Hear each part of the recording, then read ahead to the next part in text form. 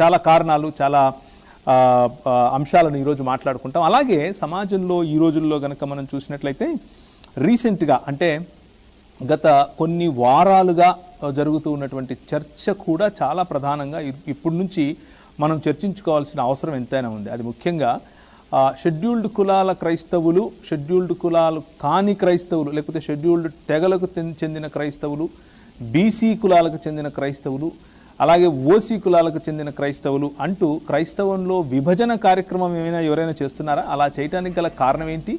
అలా చేయటానికి ఏమైనా ప్రోత్సాహం మనము మతోన్మాదులేసినటువంటి ఉచ్చులో పడుతున్నామా అన్నటువంటి ప్రశ్నలు కూడా ఈ మధ్య తలెత్తుతున్నాయి. దానికి కారణం ఏంటి అని అంటే